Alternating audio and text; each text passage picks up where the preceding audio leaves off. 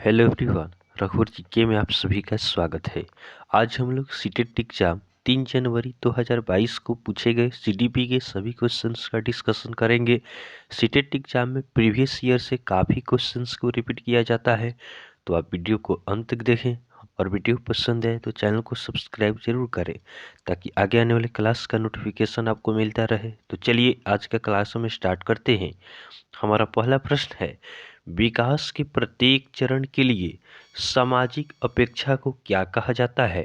विकास के अलग अलग चरण के लिए सामाजिक अपेक्षा को क्या कहा जाता है?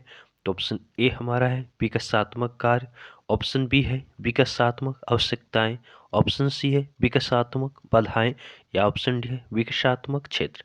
तो विकास के प्रत्येक चरण के लिए सामाजिक अपेक्षा को आपका विकासात्मक कार्य कहा जाता है। तो ऑप्शन ए हमारा सही आंसर हो जाएगा। नेक्स्ट क्वेश्चन को देखते हैं। अगला प्रश्न है विकास डैश। तो विकास क्या है यह हमें बताना है। तो ऑप्शन ए हमारा है विकास शरीर के मध्य से बाहर की दिशा में होता है। तो ऑप्शन ए हमारा सही हो जाएगा। यह क्वेश्चन हमने आपको पहले भी कराया है कि विकास किस प्रकार से होता है। तो विकास आपका शरीर के मध्य भाग से शुरू होकर बाहर की ओर होता है। यह क्वेश्चन आपके 3 जनवरी 2022 को पूछे गए सभी क्वेश्चंस हैं, तो आप ध्यान से इन सभी क्वेश्चंस को करेंगे। अगला प्रश्न है विद्यार्थियों का एक समूह अपने खेल के दौरान एक लोकप्रिय नृत्य डैश रियलिटी शो के दृश्य दर्शाता है। 8 वर्षीय सना एक जज के तौर पर दूसरे बच्चों के नृत्य पर टिप्पणी करती है। यह परिस्थिति बच्चों के समाजीकरण में डैश की भूमिका दर्शाती है। विद्यार्थियों का एक समूह अपने खेल के दौरान एक लोकप्रिय नृत्य रियलिटी शो दृश्य करता है। रियलिटी शो आपका दिखाता है। 8 वर्षीय सना जज बनती है और दूसरे बच्चों के नृत्य पे क्या करती है, वह टिप्पणी करती है। तो यह परिस्थिति बच्चों के समाजीकरण में डैश भूमिका दर्शाती है। यह कौन सी भूमिका दर्शाती है यह हमें बताना है। तो ऑप्शन ए हमारा है धार्मिक संस्थान। तो वह दूसरे बच्चों के क्या है नृत्य पे टिप्पणी करती है, तो यह धार्मिक संस्थान नहीं होगा। ऑप्शन बी है परिवार, तो परिवार भी नहीं होगा। ऑप्शन डी विद्यालय है, विद्यालय भी नहीं होगा। ऑप्शन सी सही आंसर होगा मीडिया। वह क्या करती है दूसरे बच्चों के आपका नृत्य पे टिप्पणी करती है, बताती है कि सही है या गलत है। तो इसका सही आंसर क्या हो जाएगा, ऑप्शन सी हमारा सही आंसर होगा। नेक्स्ट क्वेश्चन को देखते हैं। अगला प्रश्न हमारा है कथन दिया गया है कि संज्ञानात्मक विकास मध्य बाल्यावस्था तक तेजी से विकसित होता है और फिर ठहर जाता है। तो हमने आपको पहले की वीडियो में बताया है कि जो विकास होता है यह माता के गर्भ से शुरू होकर जीवन पर्यंत चलता है, विकास कभी नहीं रुकता है। यहाँ पे दिया गया है कि विकास क्या है, रुक जाता है। तो यह क्या है, कथन गलत है। उसके बाद इसका तर्क रीजन दिया है कि मानव मध्य बाल्यावस्था के चरण के बाद नई चीजें नहीं सीखते हैं। तो ये भी क्या है, ये भी गलत है कि इसमें कहा जा रहा है कि मानव मध्य बाल्यावस्था के चरण के बाद नई चीजें नहीं सीखते हैं, तो ये भी नहीं होगा। अभी हमने आपको बताया है कि विकास क्या होता है, विकास निरंतर चलने वाली प्रक्रिया है जो माता के गर्भ से लेकर जीवन पर्यंत जब तक हम जीते हैं तब तक विकास की प्रक्रिया चलते रहती है। और विकास क्या होता है, बदलते रहता है। प्रत्येक व्यक्ति में विकास अलग अलग प्रकार से होता है। किसी में जल्दी विकास हो जाता है, किसी में धीमे धीमे विकास होता है। तो दोनों क्या है, कथन और उसका रीजन दोनों गलत है। तो हम ऐसे ऑप्शन को चूज करेंगे जिसमें क्या हो, एस और आर दोनों गलत हो। तो ध्यान से देखेंगे तो ऑप्शन डी में दिया है कि एस और आर दोनों गलत हैं। तो ऑप्शन डी हमारा सही आंसर हो जाएगा। नेक्स्ट क्वेश्चन को देखते हैं। अगला प्रश्न है निम्न में से अधिगम की कौन सी तकनीक पर एक अध्यापिका को बल देना चाहिए? अधिगम की कौन सी तकनीक पर एक अध्यापिका को बल देना चाहिए यह हमें बताना है। तो ऑप्शन ए है उद्दीपन प्रतिक्रिया द्वारा अधिगम, या ऑप्शन बी है संरचनाबद्ध अन्वेषण की प्रक्रिया द्वारा अधिगम, या ऑप्शन सी है रट्टा मार सीखना, या ऑप्शन डी है दूसरों से ज्यादा अंक प्राप्त करने के लिए सीखना। तो अध्यापिका किस पे बल दे सकती है? उद्दीपन प्रतिक्रिया द्वारा अधिगम, इस पे बल नहीं दे सकती है। रट्टा मारकर सीखना, इस पे भी नहीं दिया जा सकता है।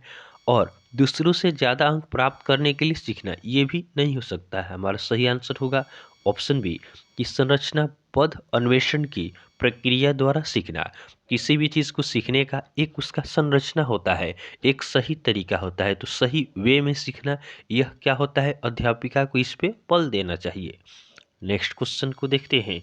अगला प्रश्न हमारा है, जीन पियाजे के संज्ञानात्मक सिद्धांत के अनुसार बच्चे किस अवस्था में वस्तुओं को कहे गए क्रम में लगाने की योग्यता पा लेते हैं? यह क्वेश्चन हमने कल के वीडियो में भी कराया है।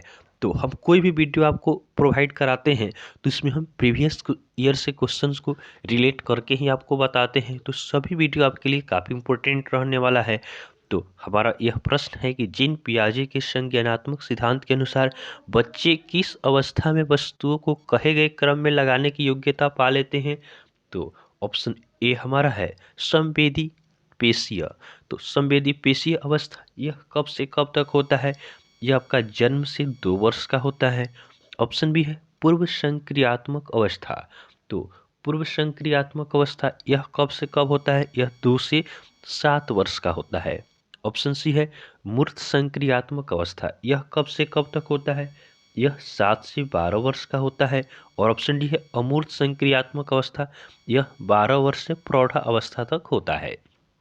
तो आप बताएंगे कि बच्चे किस अवस्था में आपका वस्तुओं को कहे गए क्रम में लगाने की योग्यता पा लेते हैं? तो इसका सही आंसर हो जाएगा ऑप्शन सी मूर्त संक्रियात्मक अवस्था। तो मूर्त संक्रियात्मक अवस्था यह 7 से 12 वर्ष की अवस्था होती है। इस अवस्था में बच्चों को हम जिस प्रकार की बातें सिखाते हैं, जो हम करने के लिए कहते हैं, बच्चे वे काम आसानी से कर पाते हैं। नेक्स्ट क्वेश्चन को देखते हैं। अगला प्रश्न हमारा है, जीन पियाजे के अनुसार एक सतत प्रक्रिया को मानसिक संरचनाओं को परिष्कृत और परिवर्तित करती है, डैश कहलाती है?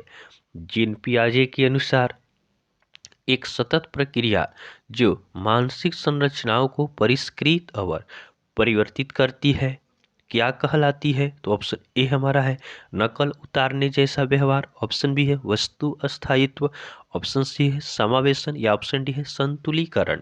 तो जीन पियाजे के अनुसार एक सतत प्रक्रिया जो मानसिक संरचनाओं को परिष्कृत और परिवर्तित करती है, उसे हम संतुलीकरण कहते हैं। तो ऑप्शन डी हमारा सही आंसर हो जाएगा। नेक्स्ट क्वेश्चन को देखते हैं। अगला प्रश्न है, विद्यार्थियों को एक समस्या का हल खोजने में संघर्ष करते देखकर उनकी सहायता के लिए अध्यापिका उन्हें संकेत और आधे सुलझे उदाहरण देती है। लेव वाइगोत्स्की के सिद्धांत के अनुसार यह डैश का उदाहरण है। तो इसमें क्या कर रही है? शिक्षिका बच्चों को संकेत दे रही है। बच्चों को कोई समस्या का प्रॉब्लम है, उस पर शिक्षिका क्या करती है? बच्चों को संकेत प्रोवाइड कराती है। तो लेव वाइगोत्स्की के सिद्धांत के अनुसार यह टेस्ट का उदाहरण है। तो लेव वाइगोत्स्की के अनुसार बताना है कि अध्यापिका बच्चों को संकेत दे रही है, तो यह किसका उदाहरण है? तो ऑप्शन ए हमारा है पाठ। ऑप्शन बी है प्रतिवर्तन। ऑप्शन सी है क्रमबद्धता या ऑप्शन डी है प्रतिपादक अध्यापन। यह हमें लेव वाइगोत्स्की के अनुसार बताना है। तो लेव वाइगोत्स्की के अनुसार अध्यापिका संकेत दे रही है, तो यह उदाहरण आपका है पाठ का। तो ऑप्शन ए हमारा सही आंसर हो जाएगा। अब आपको जानना होगा कि पाठ क्या है। तो पाठ एक शिक्षण विधि है जो एक छात्र को बाहरी सहायता की एक धीमी अवधारणा के माध्यम से एक समस्या को हल करने में सक्षम बनाता है। पाठ क्या है? बच्चों को इसमें दिया गया है कि अध्यापिका संकेत देती है, तो यह क्या है? बाहरी माध्यम मिल रहा है बच्चों की समस्या को सॉल्व करने के लिए, तो इसी को पाठ कहा जाता है। नेक्स्ट क्वेश्चन को देखते हैं। अगला प्रश्न है, निम्न में से किस सिद्धांतकारी ने कहा है कि संज्ञानात्मक विकास एक सहयोगात्मक प्रक्रिया है? यह किसने कहा है कि संज्ञानात्मक विकास एक सहयोगात्मक प्रक्रिया है? यह किसने कहा है? तो ऑप्शन ए हमारा है लेव वाइगोत्स्की। ऑप्शन बी है इवान पॉलवाल। उसके बाद ऑप्शन सी है स्किनर या ऑप्शन डी है जॉन बी वाटसन। तो संज्ञानात्मक विकास एक सहयोगात्मक प्रक्रिया है, यह आपका लेव वाइगोत्स्की द्वारा कहा गया है। तो ऑप्शन ए हमारा सही आंसर है। अगला प्रश्न है, लॉरेंस कोहनबर्ग के सिद्धांत की मुख्य आलोचना है कि लॉरेंस कोहनबर्ग की सिद्धांत की आलोचना क्या है, यह हमें बताना है। तो ऑप्शन ए हमारा है, उसके सिद्धांत में नारी परिप्रेक्ष्य गौण है। उसके बाद ऑप्शन बी है, उसने पियाजे के नैतिक विकास सिद्धांत के संदर्भ नहीं लिया। उसके बाद ऑप्शन सी है, उन्होंने बच्चों की प्रत्येक स्तर पर विशिष्ट प्रतिक्रिया नहीं सुझाई। उसके बाद ऑप्शन डी है, उन्होंने बच्चों पर कोई अनुसंधान कार्य नहीं किया। तो इसमें हमें बताना है कि लॉरेंस कोहलबर्ग के सिद्धांत का एक मुख्य आलोचना क्या है। तो इसका सही आंसर होगा ऑप्शन ए कि उसके सिद्धांत में नारी परिप्रेक्ष्य कौन रहा है, नारी के बारे में इसमें नहीं है। अगला प्रश्न को देखते हैं। हार्वर्ड गार्डनर ने सुझाव दिया है कि अलग अलग प्रकार की बुद्धियां होती है। निम्नलिखित में से कौन सी बुद्धि गार्डनर द्वारा प्रस्तावित प्रकारों में से एक नहीं है। इनमें से कौन सी बुद्धि आपका गार्डनर द्वारा प्रस्तावित प्रकारों में से नहीं है, यह हमें बताना है। तो ऑप्शन ए हमारा है संगीतमय, ऑप्शन बी है भाषाई, ऑप्शन सी है शारीरिक गति संवेदी, या ऑप्शन डी है व्यवहारिक। तो आपका संगीतमय ये आपका गार्डनर द्वारा प्रस्तावित प्रकारों में से है। उसके बाद भाषाई भी गार्डनर के बुद्धि का प्रकार है, शारीरिक गति संवेदी भी है, इसमें से व्यवहारिक नहीं है। तो ऑप्शन डी हमारा सही आंसर होगा। अगला प्रश्न है, इनमें से कौन सा विकल्प एक प्रगतिशील कक्षा में संरचनात्मक शिक्षण का उदाहरण है। इनमें से कौन सा विकल्प एक प्रगतिशील कक्षा में संरचनात्मक शिक्षण का उदाहरण है, यह हमें बताना है। तो ऑप्शन ए हमारा है विविध स्पष्टीकरण, ऑप्शन बी है रटकर याद करना और शब्द सह पुनरावृत्ति, ऑप्शन सी है पुरस्कार और दंड, या ऑप्शन डी है बार बार वेधन और अभ्यास। तो इनमें से कौन सा विकल्प एक प्रगतिशील कक्षा में संरचनात्मक शिक्षण का उदाहरण है प्रगतिशील कक्षा में। तो ध्यान से देखेंगे, ऑप्शन ए है विविध स्पष्टीकरण, यह सही दिख रहा है। ऑप्शन बी रटकर याद करना, यह नहीं होगा। पुरस्कार और दंड नहीं हो सकता है। वेधन इसमें है तो ये भी नहीं हो सकता है। तो हमारा सही आंसर होगा ऑप्शन ए। एक प्रगतिशील कक्षा का आपका लक्षण होता है विविध स्पष्टीकरण, सभी चीजों को सरलता से क्या किया जाए, स्पष्ट किया जाए। नेक्स्ट क्वेश्चन को देखते हैं। हमारा अगला प्रश्न है, गत्यात्मक मूल्यांकन क्या समझने में सहायता करता है। गत्यात्मक मूल्यांकन क्या समझने में सहायता करता है। तो ऑप्शन ए हमारा है बच्चों का बौद्धिक स्तर, ऑप्शन बी है समकक्षियों की तुलना में छात्रा का संबंधित पद, ऑप्शन सी है बच्चे की विशिष्ट अधिगम आवश्यकताएं, या ऑप्शन डी है कि बच्चा सामान्य विद्यालय में पढ़ने के लायक है या नहीं। तो इस प्रश्न का हमारा सही उत्तर होगा ऑप्शन सी बच्चे की विशिष्ट अधिगम आवश्यकताएं। गत्यात्मक मूल्यांकन यह समझने में मदद करता है कि बच्चे की विशिष्ट अधिगम आवश्यकताएं क्या है। नेक्स्ट क्वेश्चन को देखते हैं। अगला प्रश्न है, प्रतिभाशाली विद्यार्थियों के सफल समावेशन हेतु एक अध्यापक को निम्न में से क्या करने से बचना चाहिए। प्रतिभाशाली विद्यार्थियों के सफल समावेशन हेतु एक अध्यापक को क्या करने से बचना चाहिए, यह हमें बताना है। तो ऑप्शन ए हमारा है विविध दृष्टिकोण को व्यक्त करने के अवसर देना चाहिए। तो यह बात सही है कि प्रतिभाशाली विद्यार्थियों को सफल बनाने के लिए विविध दृष्टिकोण को व्यक्त करने का अवसर देना चाहिए। ऑप्शन बी है विद्यार्थियों को शैक्षणिक संवर्धन गतिविधियां प्रदान करना चाहिए। तो विद्यार्थियों को आपका शैक्षणिक संवर्धन गतिविधियां देनी चाहिए। ऑप्शन सी है अध्यापक केंद्रित पाठ्यक्रम लागू करना चाहिए।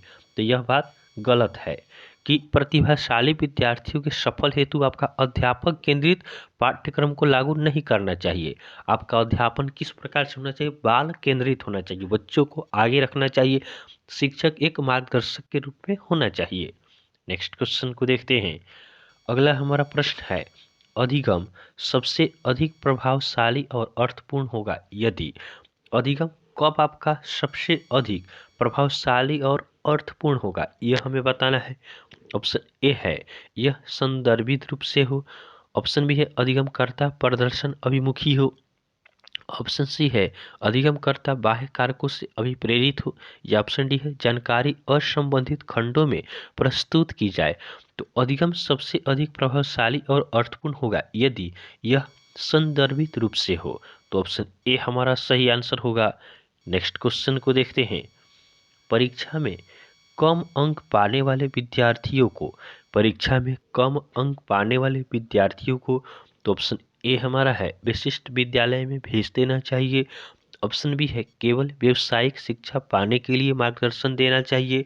ऑप्शन सी है दंड देना चाहिए, या ऑप्शन डी है उसकी व्यक्तिगत आवश्यकताओं के अनुसार सहायता देनी चाहिए। तो परीक्षा में अगर कोई बच्चा कम अंक लाता है तो उसके लिए हम क्या कर सकते हैं? तो उसको आपका उस बच्चे की व्यक्तिगत आवश्यकताओं के अनुसार सहायता देनी चाहिए। तो ऑप्शन डी हमारा सही आंसर हो जाएगा। दंड देना आपका उचित नहीं होता है। केवल व्यावसायिक शिक्षा पाने के लिए मार्गदर्शन देना ये भी नहीं होगा। विशिष्ट विद्यालय में भेज देना चाहिए, तो ये भी कोई समस्या का समाधान नहीं है। नेक्स्ट क्वेश्चन को देखते हैं। अगला प्रश्न है ऐसी गतिविधियों का चयन जिसमें अंतर्दृष्टि और विविध प्रकार के उत्तर देने की संभावनाएं हैं वे किससे समुन्नत करती है? ऐसी गतिविधियों का चयन जिसमें अंतर्दृष्टि और विविध प्रकार के उत्तर देने की संभावनाएं हैं वे किससे समुन्नत करती है, यह हमें बताना है। तो ऑप्शन ए हमारा है रटकर याद करने को। तो रटकर याद करना कहीं नहीं हो सकता है। ऑप्शन बी है सृजनात्मकता को, या ऑप्शन सी है कुंठा को। तो कुंठा नहीं हो सकता है, प्रतिस्पर्धा भी नहीं हो सकता है। तो हमारा सही आंसर क्या हो जाएगा? ऑप्शन बी सृजनात्मकता को। अगला प्रश्न है निम्न में से कौन सा बाह्य अभिप्रेरणा का उदाहरण नहीं है? इनमें से कौन सा आपका बाह्य अभिप्रेरणा का उदाहरण नहीं है? तो ऑप्शन ए हमारा है सजा से बचना। ऑप्शन बी है रुचि। ऑप्शन सी है इनाम, या ऑप्शन डी है असफलता। हमें क्या बताना है कि निम्न में से कौन सा बाह्य अभिप्रेरणा का उदाहरण नहीं है? तो इसका सही आंसर होगा ऑप्शन बी रुचि। रुचि क्या है? यह आपका आंतरिक अभिप्रेरणा है, यह बाह्य अभिप्रेरणा नहीं है। नेक्स्ट क्वेश्चन को देखते हैं। निम्न में से कौन सा भाव विद्यार्थियों के अधिगम में बाधक रहेगा? निम्न में से कौन सा भाव विद्यार्थियों के अधिगम में बाधक रहेगा? तो ऑप्शन ए हमारा है उत्सुकता। ऑप्शन बी है कृतज्ञता। ऑप्शन सी जिज्ञासा, या ऑप्शन डी है निराशा। तो ऑप्शन देखकर ही आप इसका आंसर बता सकते हैं। इसका सही आंसर होगा ऑप्शन डी निराशा। निराशा क्या है? विद्यार्थियों के अधिगम में बाधा पहुंचाता है। हमें कभी भी निराश नहीं होना चाहिए, हमें किसी भी समस्या को डटकर सामना करना चाहिए। आज का हमारा लास्ट क्वेश्चन है कि अधिगम का सामाजिक संरचनात्मक उपागम निम्न में से किसकी महत्ता पर बल देता है? अधिगम का सामाजिक संरचनात्मक उपागम निम्न में से किसकी महत्ता पे बल देता है? तो ऑप्शन ए हमारा है इनाम और दंड। ऑप्शन बी है मानकीकृत आकलन। ऑप्शन सी है सांस्कृतिक संदर्भ, या ऑप्शन डी है प्रतिपादक अध्यापक। तो अधिगम का सामाजिक संरचनात्मक उपागम निम्न में से किसकी महत्ता पर बल देता है? तो इस प्रश्न का सही उत्तर होगा ऑप्शन सी सांस्कृतिक संदर्भ। इस पे आपका सामाजिक संरचनात्मक उपागम सांस्कृतिक संदर्भ पे बल देता है। तो इस तरह हमने आपका 3 जनवरी 2022 को पूछे गए सीटेट एग्जाम में आपका पूछे गए सीडीपी के क्वेश्चंस का हमने डिस्कशन किया है। तो आपको वीडियो पसंद आया हो तो आप वीडियो को लाइक करें, चैनल को सब्सक्राइब करें तथा अपने फ्रेंड के साथ जरूर शेयर करें। तो चलिए आज के लिए हम इतना ही रखते हैं, फिर नेक्स्ट वीडियो में आपसे मिलेंगे। तब तक के लिए धन्यवाद।